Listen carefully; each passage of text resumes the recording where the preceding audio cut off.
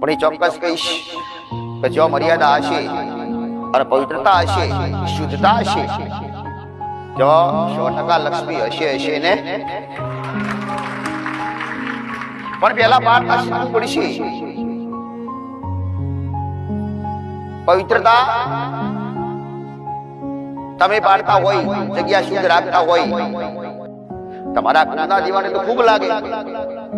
કુળનો દીવો તો એકદમ પવિત્ર, એને તો જગ્યાએ પવિત્ર હોવી જોઈએ તો જ એ વાસ કરે.